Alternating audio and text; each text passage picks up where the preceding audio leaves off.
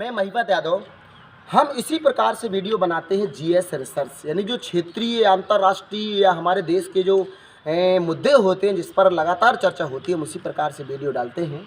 और मैं आपको बता दूं, इस समय सबसे चर्चित जम्मू कश्मीर में जो रहे हैं वो रहे हैं आपके फारूक अब्दुल्ला। फारूक अब्दुल्ला ने अभी हाल में एक बातचीत कही थी कि हम चाइना की मदद से धारा 370 और 35 को ख़त्म करेंगे।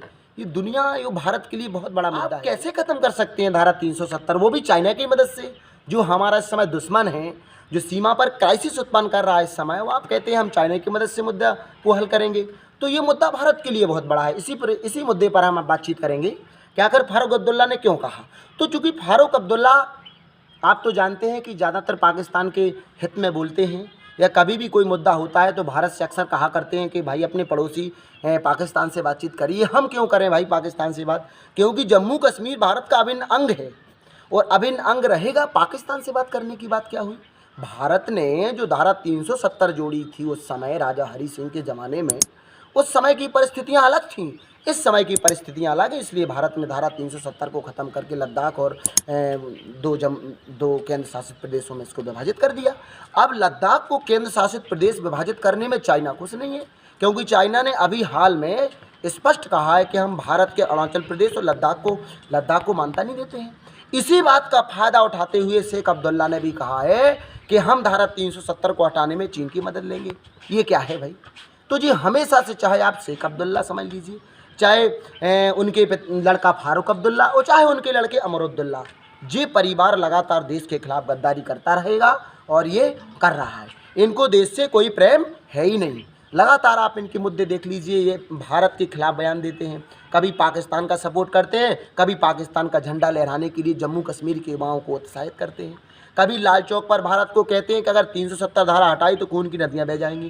क्या किया तुम लोगों ने, धारा 370 हम लोगों ने हटा दी, 35 को भी हटा दिया, केंद्र शासित प्रदेश में विभाजित कर दिया।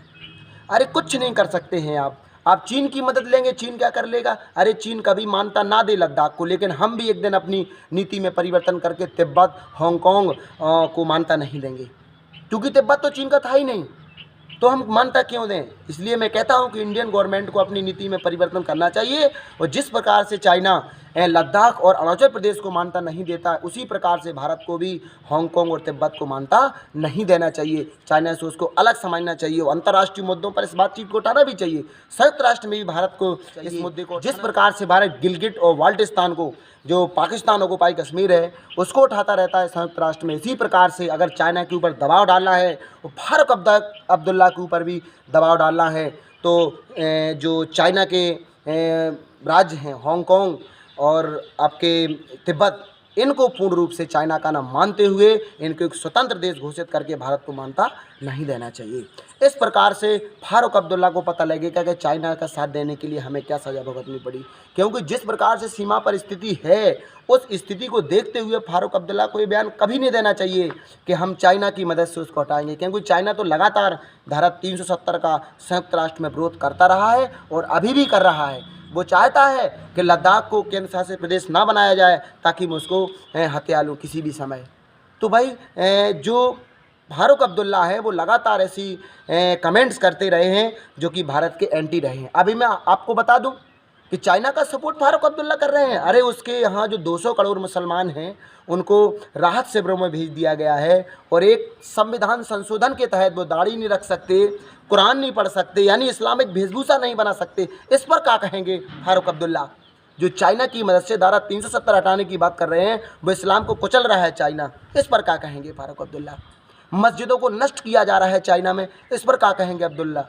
तो भाई अब्दुल्ला, शेख अब्दुल्ला को अपने शासन से मतलब है, उनको तो चुनाव जीतने से मतलब है, उनको देश के ना तो अच्छे बुरे से मतलब है, ना मुस्लिमों की अच्छी बुराई से मतलब है। सिर्फ चुनाव की खातिर, चुनाव जीतने की खातिर इस प्रकार से एंट्री कंट्री बयान दे रहे हैं और पाकिस्तान का लगातार सपोर्ट करते हो। अब तो वो खुल करके चाइना का भी सपोर्ट करने लगे। इसलिए फारूक अब्दुल्ला को सबक सिखाना चाहिए और सबक सिखा करके इनका विरोध करना चाहिए जोरदार। और इनको ना, अगर ये इस प्रकार से बयान देते हैं तो जिस देश का सपोर्ट कर रहे हैं उसी देश में वापस भेज देना चाहिए।